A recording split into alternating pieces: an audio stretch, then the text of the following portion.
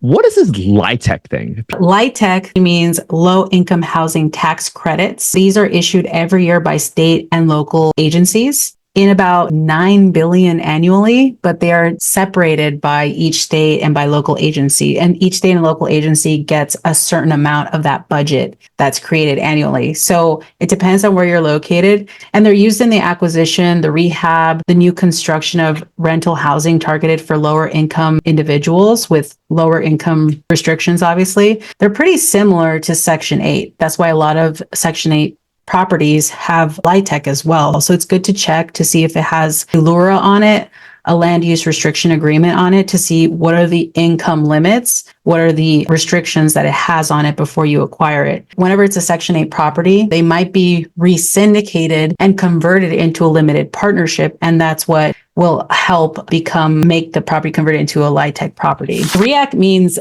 Real Estate Assessment Center. It's a pre-test, and it's essentially HUD's way of understanding what's the cumulative total score of separate items on an inspection list. And it's based on the community's site, building exteriors, the building systems, common areas, the units, health and safety. And so what they do is they subtract and add based on these deficiencies, and then they identify them in a report that is provided as like the overall health report card of the property. So if it comes back with a low REAC score, they're going to have to go through another REAC. If you want to see the current REAC score of a property, the best thing to do is to just type into Google multifamily housing assistance payments database. And the database is a huge list. It lists every single property in the United States. It tells you what's the property name, the address, and it will give you the most recent REAC score because it's public knowledge. Okay, welcome to another episode of Affordable Housing and Real Estate Investing. Today, I got a Christmas present for everybody that's listening today. We have the OG, Andrea Garcia, back on the podcast today, and she has decided to put together a document and answer so many questions about all the terminology that she wished she would have learned way earlier in her career. So by you listening to the podcast today, you're probably getting a shortcut of over 5, 6, 7 years of experience all in 1 hour. So, Andrea, welcome back to the show. I'm so excited to have you on. What's going on with you? Oh my God. Thank you so much for that beautiful introduction. You always hype me up way more than I feel like I deserve. But, I definitely feel like if I had a mentor in this process of being in affordable housing from I think it's almost 6 years ago, I started in just multifamily affordable housing. I wish I would have learned all these terms. I wish somebody would have been holding my hand and walking me through so many steps, like a proforma, which I did have maybe 2 people who were kind enough to walk me through that process. So by you doing this service to people, this is a service. This podcast is providing people with knowledge for free that they usually would pay $40,000, $50,000, whatever that would cost in tuition at any other real estate school. So this is amazing what you're doing. Oh, thanks, Andrea. And I could not have done this without you. And I have to give you another shout out because Andrea gave me a chance when I was purely new. And for everybody that doesn't know this, I started this podcast about affordable housing before I had any affordable housing rentals, and talk about imposter syndrome. But Andrea was so kind and so nice, and she gave me the chance. And not only did she let me trip over myself asking some questions that I never even knew how to ask, but then she came back on and continued giving me mentorship and advice. And Andrea, I'm just so grateful for you to have you in my life as a friend. Thank you so much for coming on here. And I just can't thank you enough on behalf of the audience. I'm grateful for you too, honestly. I really don't feel like I've had the same thing too, the imposter syndrome, where you're thinking where does this come from? I don't feel like I have enough experience or knowledge in this, but now that I think about it, after 6 years of being in this space, I am a general partner in 1,200 plus units. Last year was 1,700 units, but we sold about 500 of those. So just going through that, I just realized, oh my God, I'm a general partner in huge multifamily deals because I was able to put in the sweat equity. I was able to learn one thing at a time, ask questions, not be embarrassed to ask stupid questions, and just keep Googling and YouTubing. And people like you, what does affordable housing mean? What does LIHTC tax credit mean, and going through those classes with Novograd, like you just have to keep in this field and stay focused if you really do want to maximize the most out of your time, because I will not ever retract the statement.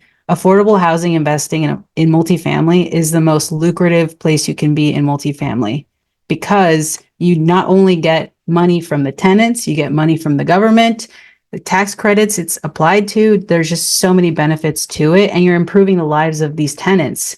You're making them live in, you're allowing them the opportunity to live in these potentially Class A units for somebody that doesn't even make that much money.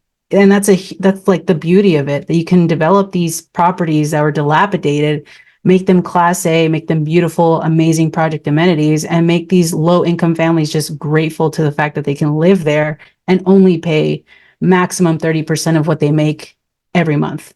Isn't that amazing?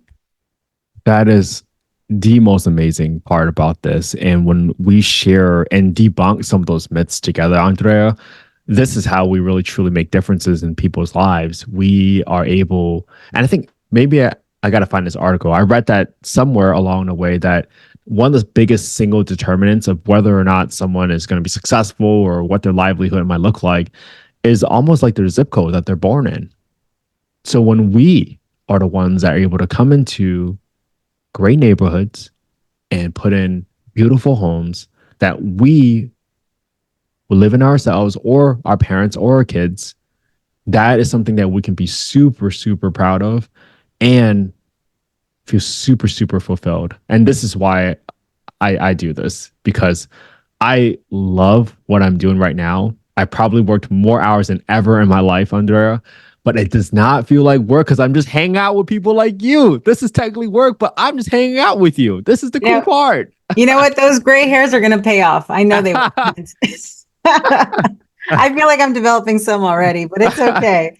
You know, I got some it keeps too. us fulfilled. But yeah, one thing I wanted to dive into in this process is that when I first started working at the company I work for, they are a huge developer in affordable housing, multifamily, and tax credit properties. So when I came in there, I was like a deer in headlights. I was like, what is going on here? Because a lot of the terminology that was spouted in our first like team gathering, team get together, we're like, okay, let's recapitalize on this and figure out where the market rents are at. Have we done a markup to market on this? What is the lease ups that we're expecting?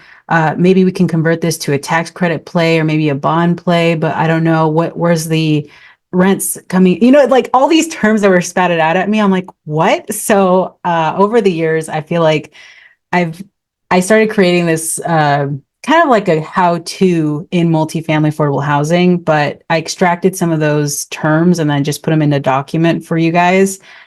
So it's coming up, and I just wanted to give you like a quick overview of what that could mean. So I broke it down into a couple of processes. For terminology and affordable housing, I thought about, okay, there's so many terms to think about, but what are the most important key terms is you have to think about the process of it, right?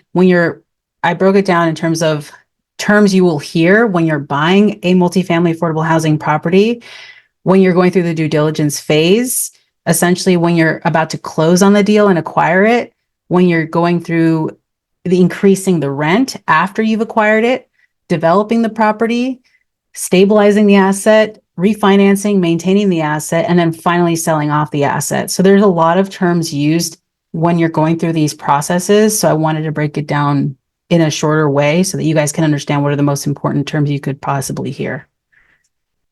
And I am so excited for this because this is a college class in 1 hour, a little boot camp style.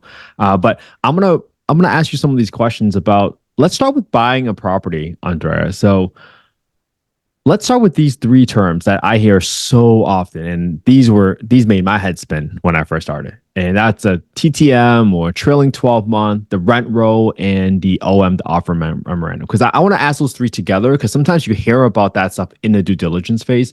So let's go through those three terms first: the TTM, the rent roll, and the OM. What are they and why are they important? So those three documents you just mentioned, the T12, the rent roll, and the offering memorandum, those are items that you're going to request from the broker, from the commercial mortgage multifamily broker when you are potentially acquiring the asset. So those items will help you go through your underwriting phase and create what's called a pro forma.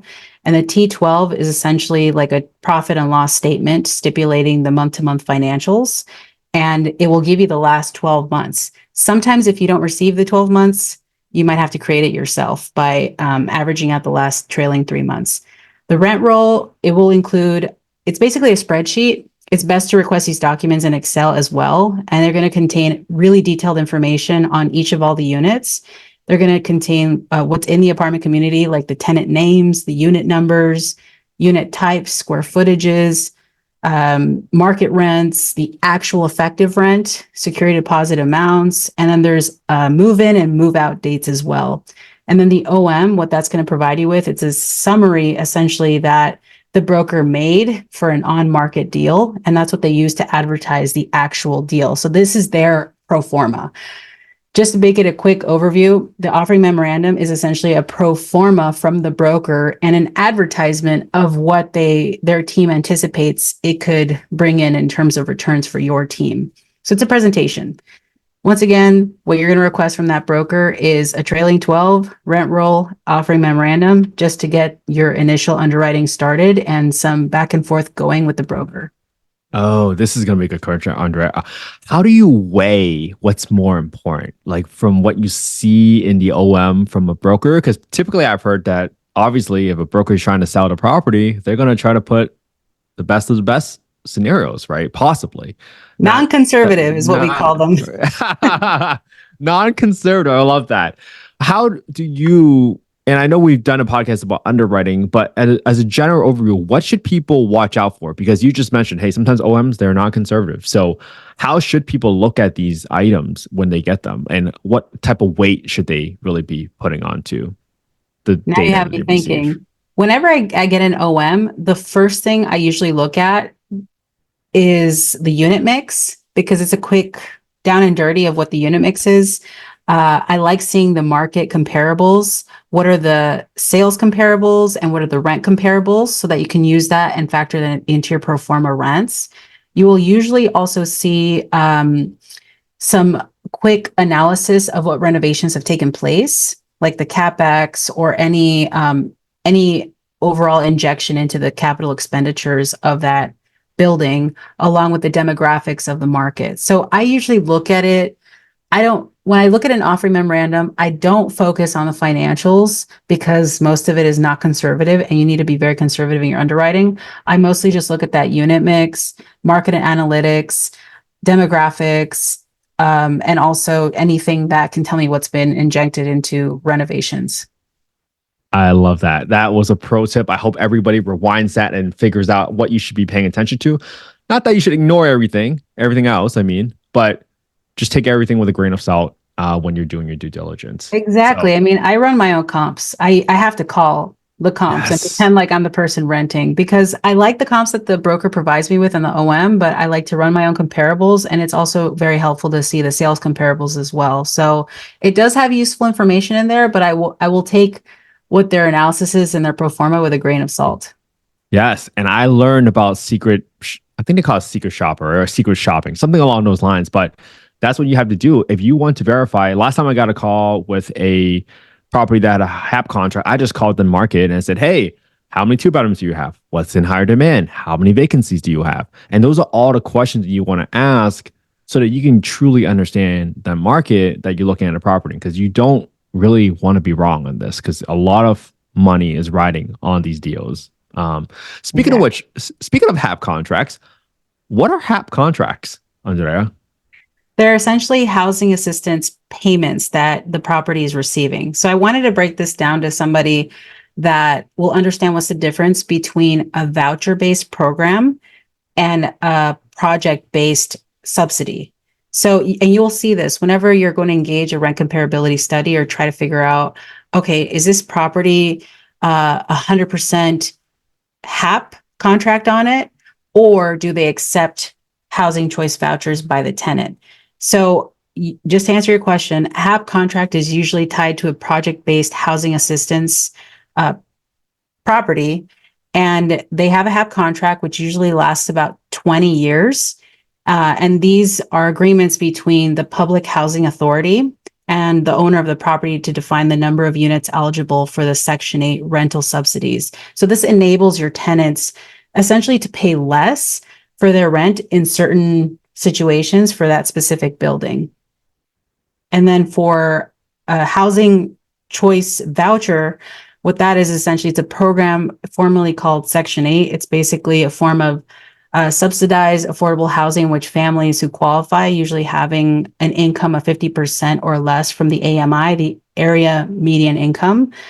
And that may be provided by the government to fund and pay the portion in their rent. And so they take that voucher with them and they go to the project and they say, oh, this is what's going to cover my rent at this particular property. So that goes with the tenant. It doesn't stay with the property.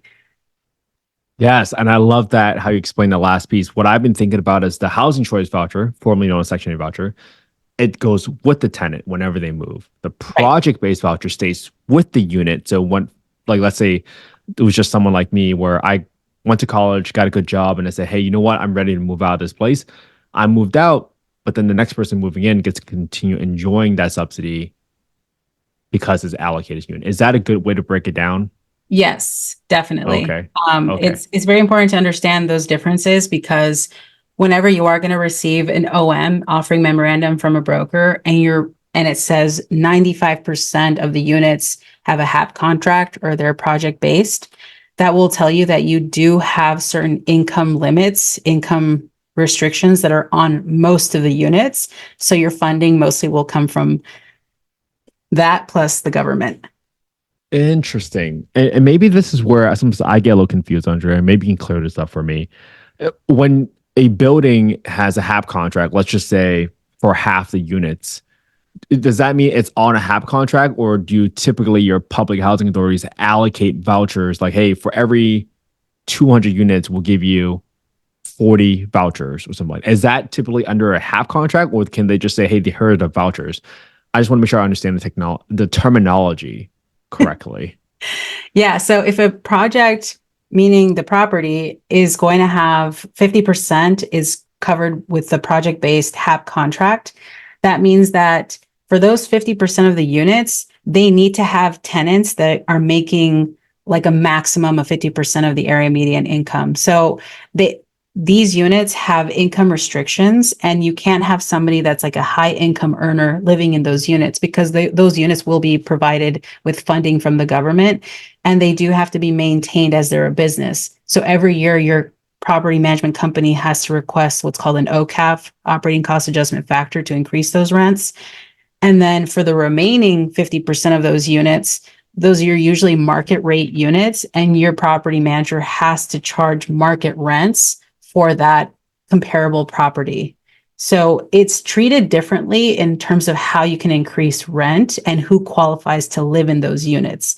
That's what a project-based voucher is. Project-based contract is, HAP contract is for the property. But that's different than a project-based voucher. Yes, it's different from the voucher. The voucher goes with the tenant. So if the tenant leaves that unit, let's say they can move into pretty much any property that will allow that voucher. So if they move into that unit, then they take it with them, and then they don't have to pay more than like 30% of their income. So they take it with them. That's a great point. And I love how you mentioned the property manager and the compliance task, because I do want folks to recognize that when you're dealing with properties with a HAP contract, you do have to maintain compliance, which means you have to document how much are these folks making, what their jobs are. Sometimes when they switch jobs from multiple jobs, you have to keep on top of those records, because sometimes HUD could withhold payments if you don't meet those compliance requirements. So don't think it's just all fun and games. You still have to do work to earn the rent here in this situation. Exactly. Those tenants are screened pretty much every month.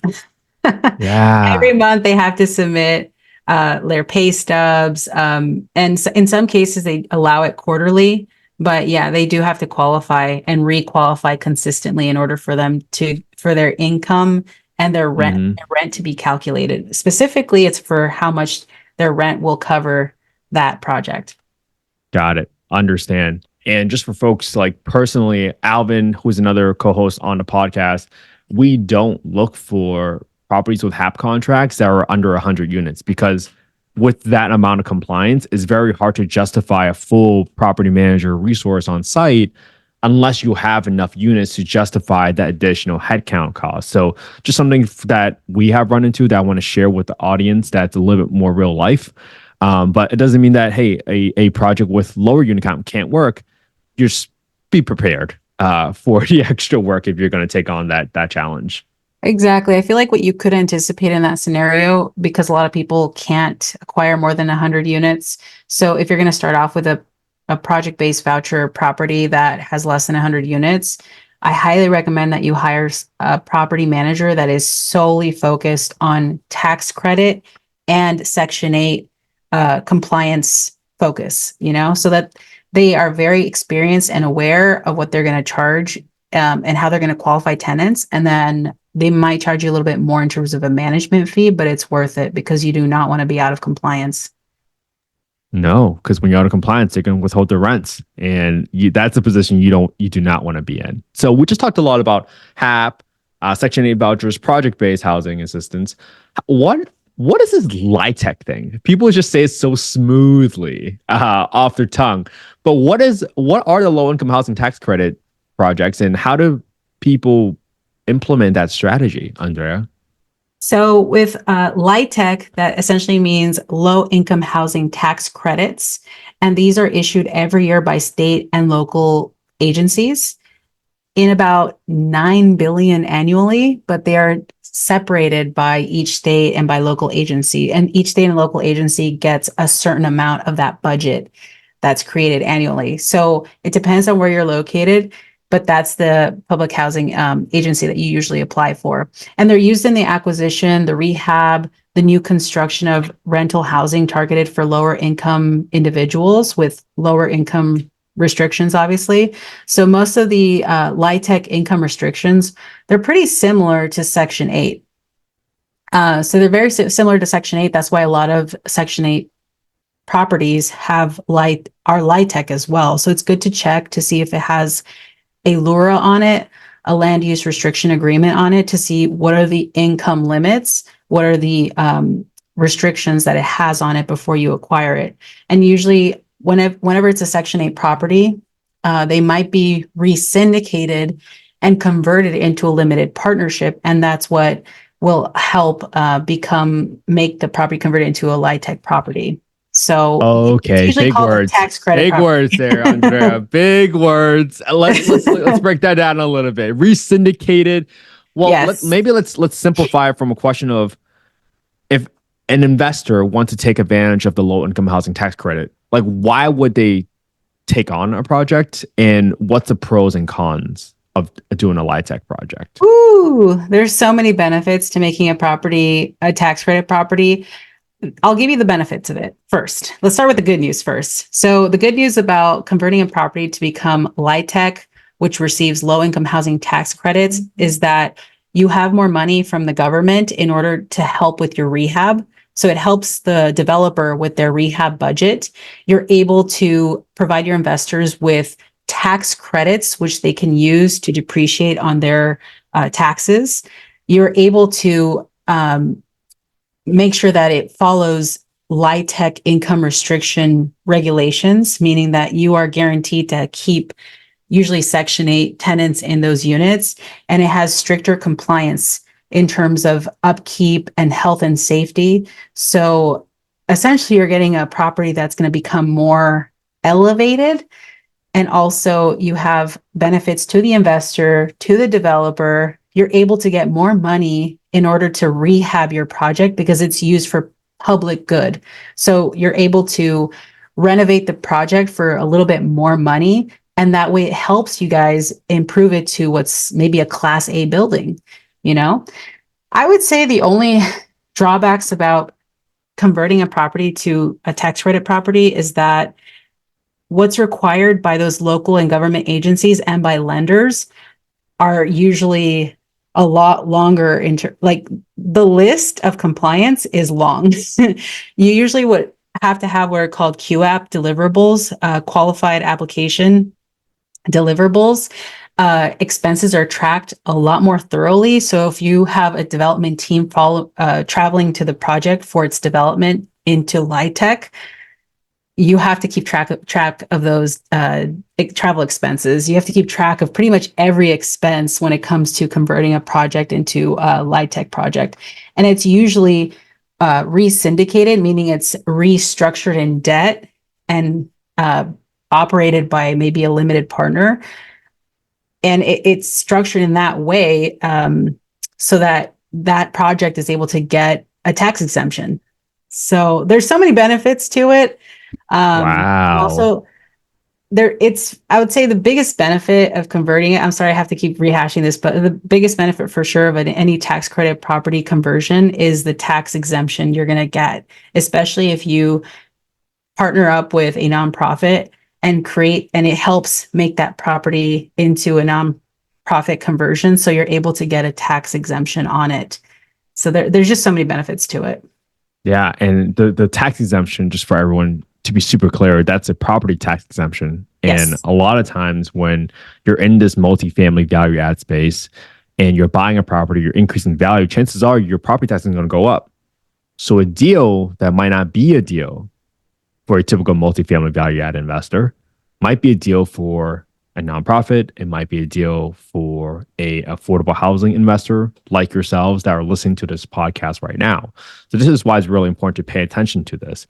Maybe one more question on the LIHTC stuff, Andrea. In terms of the benefits, I've heard of people using these tax credits. They get granted them and they sell them off to fund the renovation. Can you help explain like what does that even mean? Like for people that have never heard of those before, they're like, hey, you get some tax credits and you sell it off and then use that to fund deal. Like, what does that even mean? Honestly, I will tell you, I'm not the most qualified person to answer that question because my financing team usually helps me with that. I help structure the deal when it comes to that. But whenever you're selling the tax credits, usually what happens is that those tax credits are competitive. Like a lot of people want to have those tax credits and they're only awarded to certain developers who present a great business plan. So that's why the people that originally get awarded those tax credits is because their business plan is solid. They have great lenders. They have a good development plan. So whenever they're able to sell those tax credits off to another developer, they want them because they are essentially capitalized differently and the investors are able to get a higher tax credit on their tax returns as well. But there's just so many benefits to it. I honestly recommend your audience, if they want to learn more about tax credits, that they check out Novogradac. Novogradac is a really great educator. They're basically CPAs and tax preparers for LIHTC properties, and they have a great educational program about what is tax credits, how people qualify, how you can sell them, how it works. Like there's so many benefits to learning it, but if they want to get more information, I highly recommend that. I love that. So guys, make sure you definitely pay attention to looking at LIHTC credits because it's a very common strategy, but just because it's common does not mean it's not competitive. And I view that as one of the sort of cons almost under it because it's so competitive. And if you don't present a great plan and you don't get awarded tax credits, then all of a sudden you might be left scrambling for figuring out how you're going to acquire property or rehab a property. So just be very, very careful about that. Yes. Yeah, All absolutely. right. Next term, pilot, payment in lieu of taxes. Ooh. Yeah. Anytime we're about to acquire property, we like to ask if the property has a pilot on it, because essentially what that helps us understand is that instead of paying the taxes based on an assessed value and tax rate, which is what we just discussed, that more than likely you're going to pay what the sale amount is or up to 80% of that. What this does is that it's typically a calculation based on the percentage of income. So under these pilot programs, municipalities are authorized to grant developers exceptions from the traditional taxes that they would normally pay for a set period of time to encourage them to make improvements to the property or to locate a project in a distressed or not so great area. So instead of paying the taxes, the property owners make an annual pilot payment to the municipality, and the pilot payment can be less than traditional taxes. So that's a quick overview of what a pilot is. And we want to know how that's going to, if it is in place at the moment, because not only do these exemptions save a developer in real estate taxes, but they can provide an increase in the fair market value of the property as a result of a higher NOI, net operating income. That's right. When you save property taxes, it's all bottom line dollar savings, dollar for dollar. So that can increase your NOI tremendously, which leads into the pro forma. Now, we mentioned the pro forma a little bit earlier. Yep. I know what a pro forma is, but why do people need to make one, Andrea? You're going to hear like, hey, did you do a pro forma for this apartment already? And that's essentially what's completed in your underwriting process. And it's basically a projected budget of a multifamily complex within the line items itemized for the income and for the expenses broken down year by year for the holding period of the asset. Whenever you're asked to provide a pro forma, that's essentially your underwriter's responsibility and your responsibility, whatever position you have, to understand how the numbers are working for that asset. That's right. And again, the pro forma is just a spreadsheet with the assumptions and the research that you put into the process. If you looked at any of our past episodes that we've done with Andrea, we talk about how do you do your research? How do you do secret shopper? How do you actually do the market research based on the market study? All that stuff, those are very, very valuable inputs that you need to take into consideration to develop a good pro forma and create multiple versions of the pro forma, because you want to go through different scenarios of best, worst case scenario, etc. Yes, absolutely. But I did break down the terminology into these different phases. So now we just completed what's, the acquisition phase. When you're going into the due diligence phase, I'm wondering if we've done a podcast on this, because I was looking at my due diligence list and I'm like, oh my God, there's so many terms. I should just spell out what we normally ask for. But if you want, we can do a separate due diligence podcast on this. But when you're going through that phase, once the LOI is essentially signed, you're awarded the deal, you're going to go through what's called the due diligence phase with your team. And your team has to ask for so many pieces of documents, along with inspection reports. But especially in affordable housing, there's other terms that you're going to ask for besides the normal DD questions, besides the financials, the trailing 12. You're usually going to ask for a REAC score, MOR score, any kind of EHS certification, regulatory agreements, use agreements, which include what we said, land use restriction agreements, rent schedules, utility allowance schedules, preservation contracts, and any excess LIHTC documentation. And I can explain what all these are. Let's do that, because if we run out of time, we'll stop at the end of this phase under there and we'll pick it up next time on closing the deal and increasing the rents, because I think this is all the terminology you just threw out right now. Man, I think people, if they're thinking about buying it, helping them understand the immediate next step, which is the due diligence, that's going to make them feel a little bit more at ease. So I heard MOR score, REAC score. Let's start with those two, because I don't know how we keep scores, but tell me a little bit more. What's good, anytime you're going to okay, I'm going to give people a tip. If you want to see the current REAC score of a property, the best thing to do is to go just type in into Google multifamily housing assistance payments database. And the database is a huge list. It lists every single property in the United States.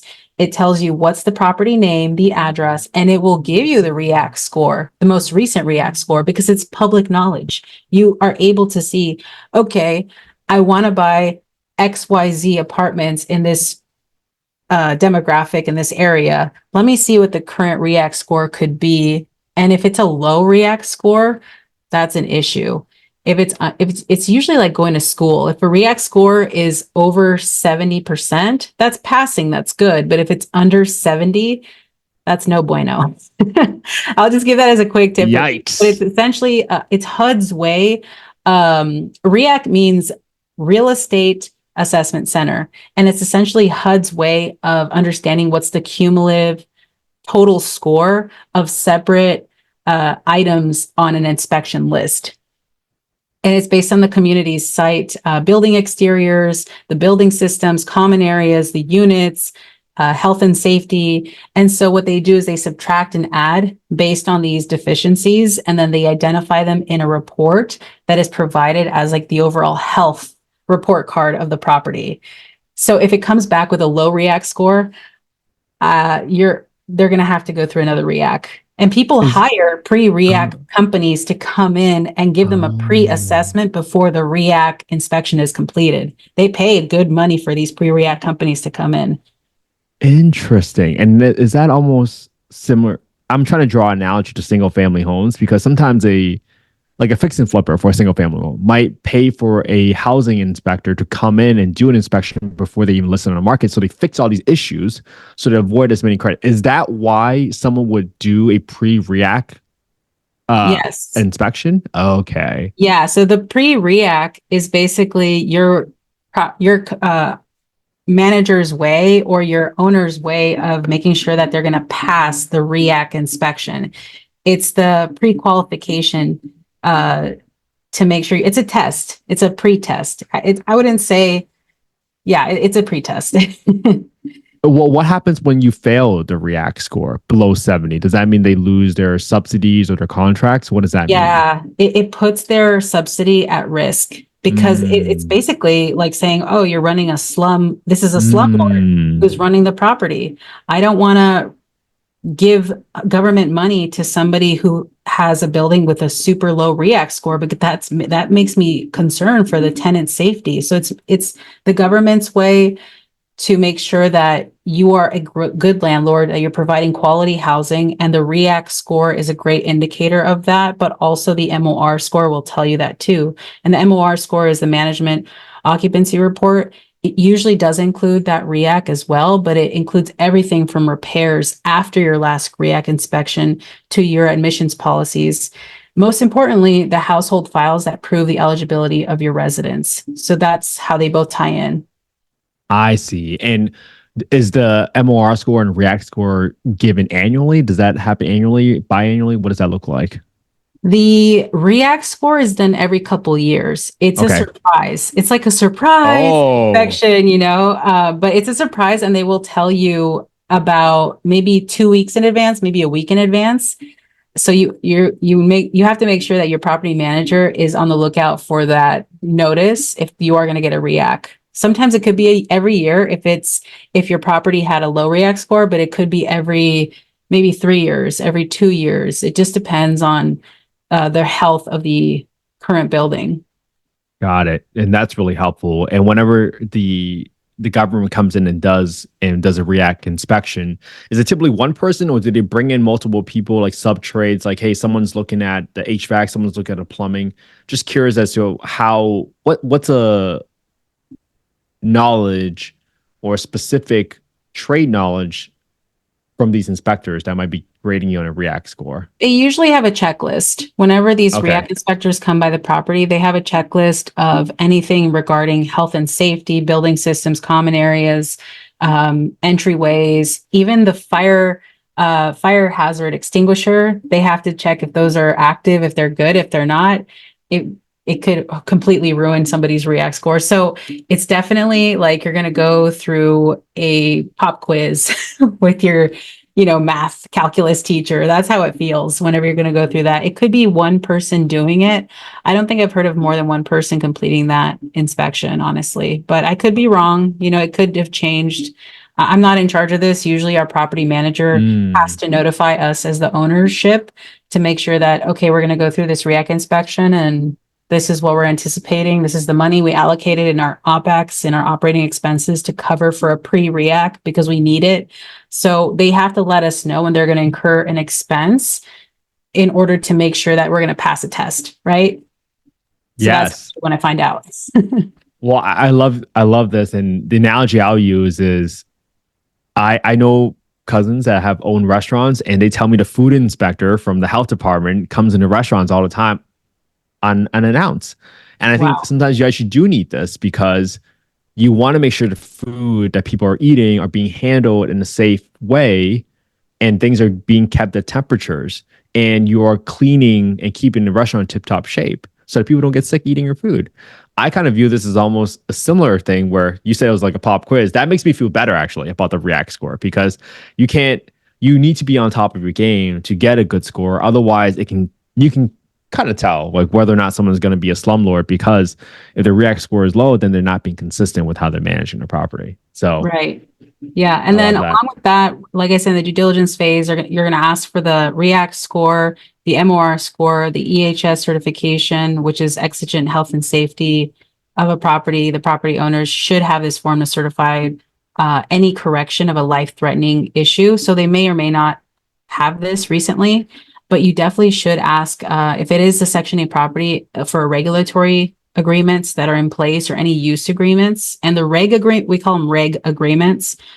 They're HUD regulatory agreements that essentially are between the project borrower and HUD with respect to the development. As the same way, it may be supplemented and amended or modified from time to time.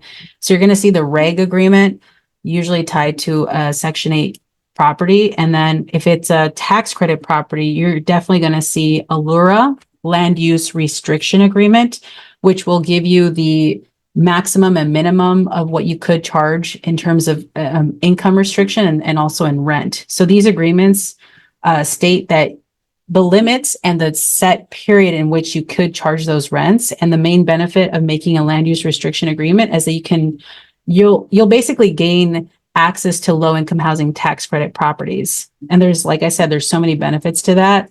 But that's definitely something you should read in the due diligence phase. So I'm assuming a LURA agreement is a fixed amount of time that the property or development has to stay affordable. Am I thinking about that correctly? Yes. Like I said, if you want more information about what is a LIHTC property, believe me, I took hours and hours of classes on this. There's so many intricacies when it comes to a LIHTC property, but the most basic way to describe it is that you're going to be issued an 8609. It's basically a certificate that states this property is a tax credit property. And then it's going to have a PIS, placed in service date of when it's placed in service. And then sometimes the credits, you can start receiving those credits maybe up to a year after we've placed it in service. So, and there's usually a 15-year compliance period that you have to issue, like it's issued within 15 years, you do have to collect those tax credits. Otherwise they're gone. It's kind of like use it or lose it. After that 15-year compliance period, you could have an additional, I think it's 15 years of another period, but you should check with the land use restriction agreement to see what is the compliance period and what is the extra period that you're allowed in order to receive those tax credits. It's usually 5 years. Understand. And you mentioned the reg agreements or regulatory agreements. Is that simply for like a HAP contract, or what is the difference? I guess, what is a reg assessment? What does a reg agreement typically contain? A reg agreement? I actually have to Google this because I try to block it out of my mind.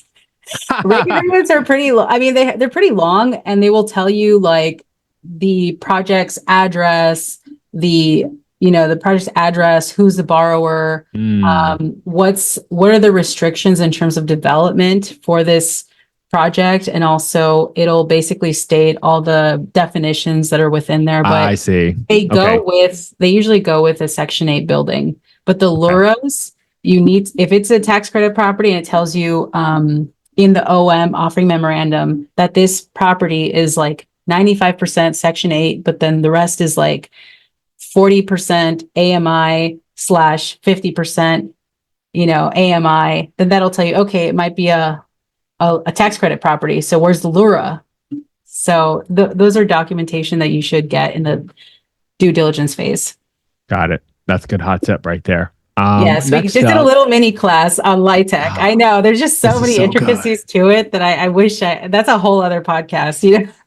I looked up Nogradic's. I think they had some upcoming conferences, but they were charging $1,000 or $1,500 just for a 1-day class. So you guys are getting tremendous amount of value listening to this. So make sure you're following Andrea on Instagram at Andrea Garcia REI. Make sure you do that. All right, let's keep going.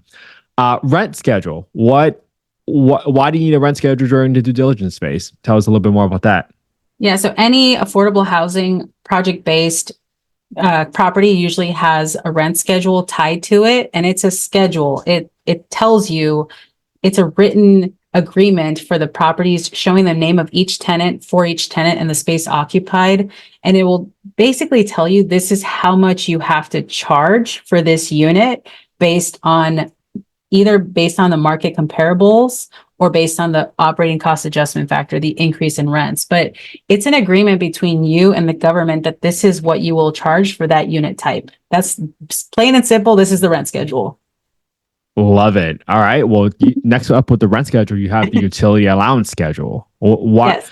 do all properties have a utility allowance schedule when it comes to affordable housing? Maybe we start there. They might not. If there's not a utility allowance, then what that means is that the landlord pays for all the utilities. But the utility allowance schedule is usually attached to the rent schedule. You will see it on the rent schedule. It will tell you like a check mark. Whenever an item is checked on a rent schedule, it will say that those items are covered by the landlord. So it'll check them off and it'll say, okay, we covered gas, utilities, or water, sewer, trash.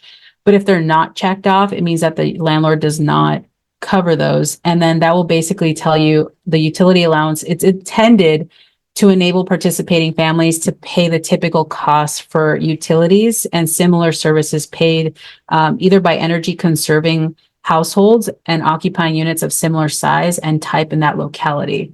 So whenever somebody asks you for the UA or the utility allowance, it's usually in the rent schedule. Oh, this is going to be a good question.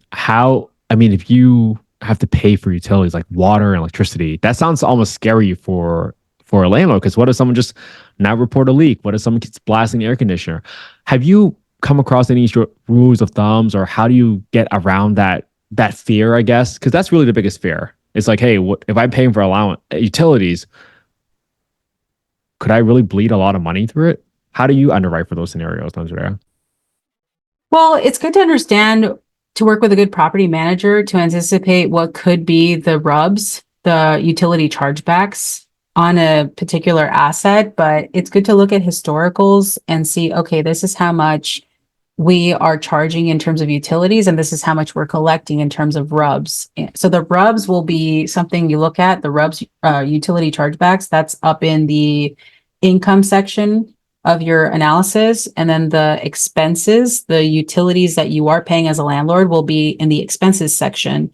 So it's good to work with a property manager to give you an estimate of what that area's usual utilities would be charged. And it will also give you a good indication on the rent schedule, like, okay, this is how much we cover, and make sure it aligns with the trailing 12 financials. So sometimes what's on the utility allowance schedule or the rent schedule, some of those items, it may be missing on the trailing 12, or maybe added somewhere else as a line item. So it's good to just be able to look out for that and work with somebody who can give you a double set eyes and ears on the underwriting.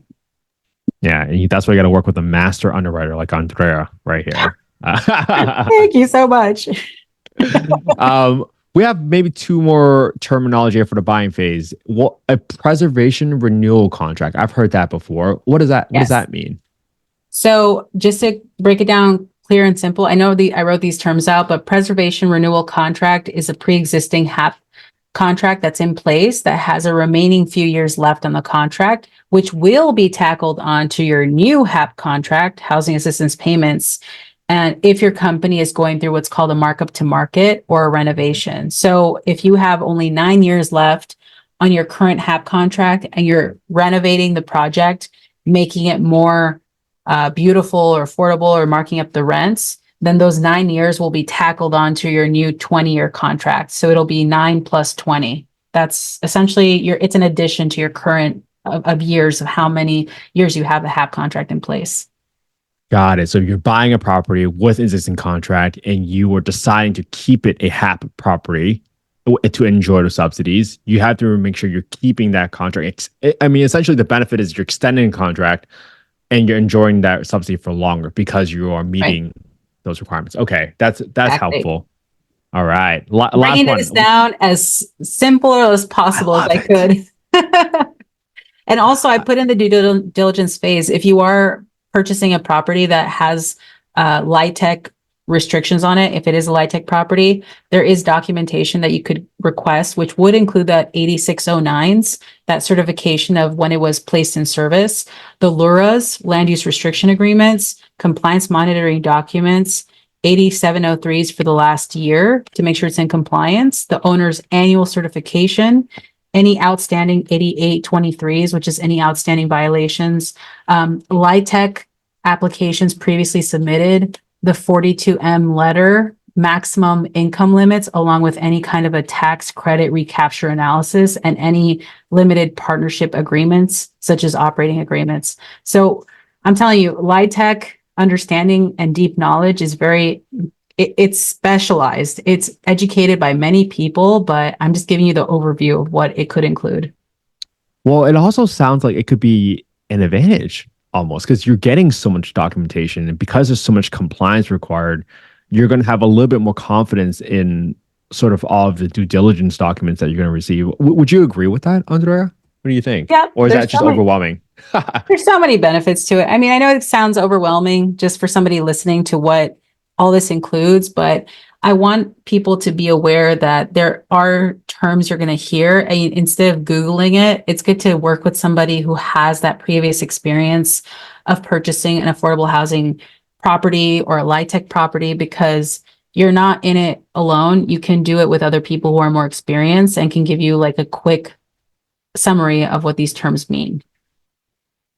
Well, Andrea, this has been a great one-on-one class, to say the least.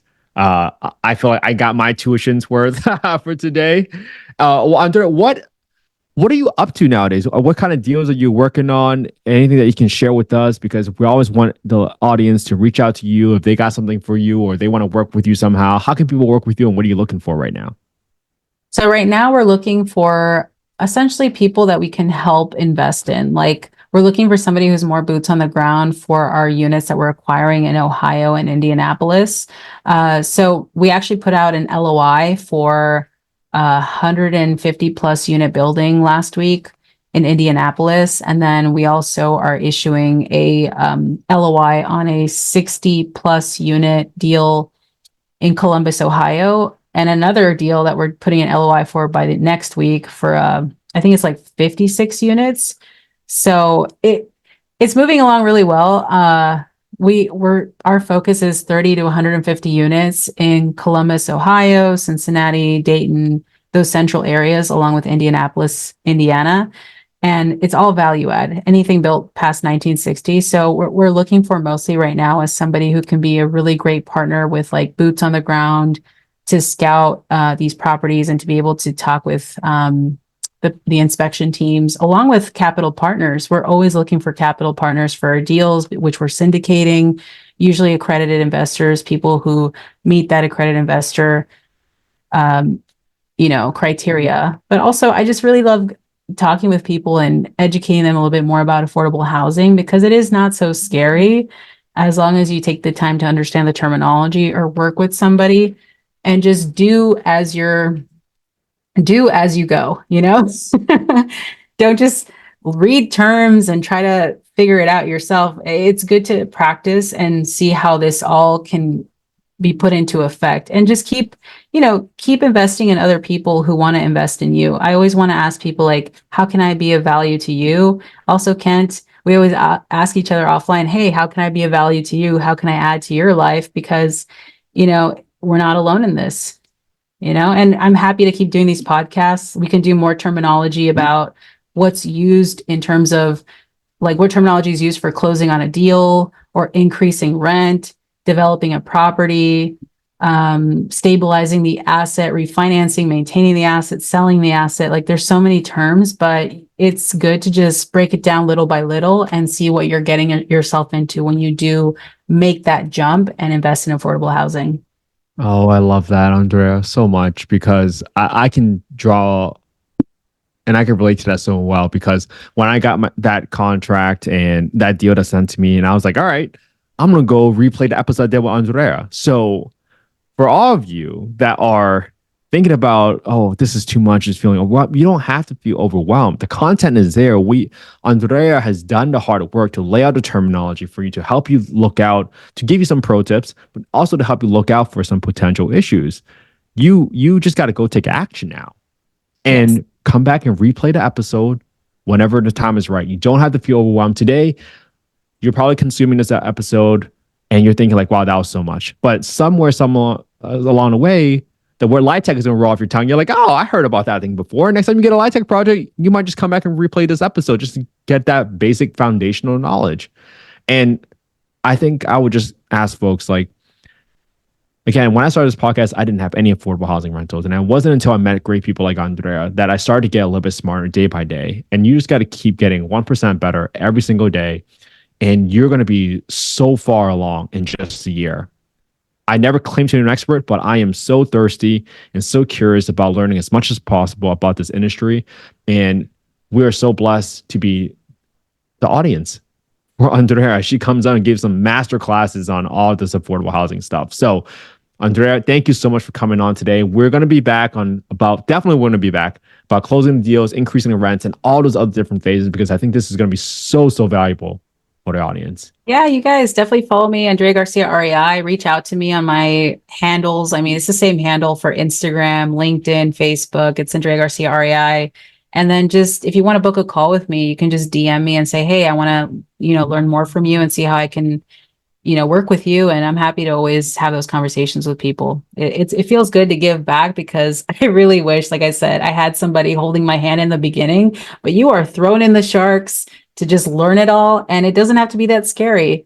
People who are like Kent, who provide this type of value and knowledge of affordable housing, are amazing. And I honestly encourage every one of you to join his Facebook group. It is super knowledgeable. You gain so much information from other people who do want to invest in affordable housing, improve the lives of others, get that development money, and just make sure that you're reinvesting that into the tenants. And it provides you with amazing cash flow for your own family. So it's a win-win.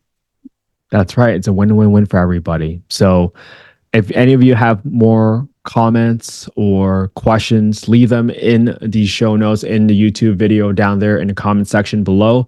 Make sure you guys subscribe to the podcast on youtube.com/@Kent_HE. And I would really appreciate you guys can leave us a review on Spotify or Apple, because we can really use a little bit more positivity and spreading good news and good information around the world. So thank you so much again, Andrea, and we will be back with you soon enough.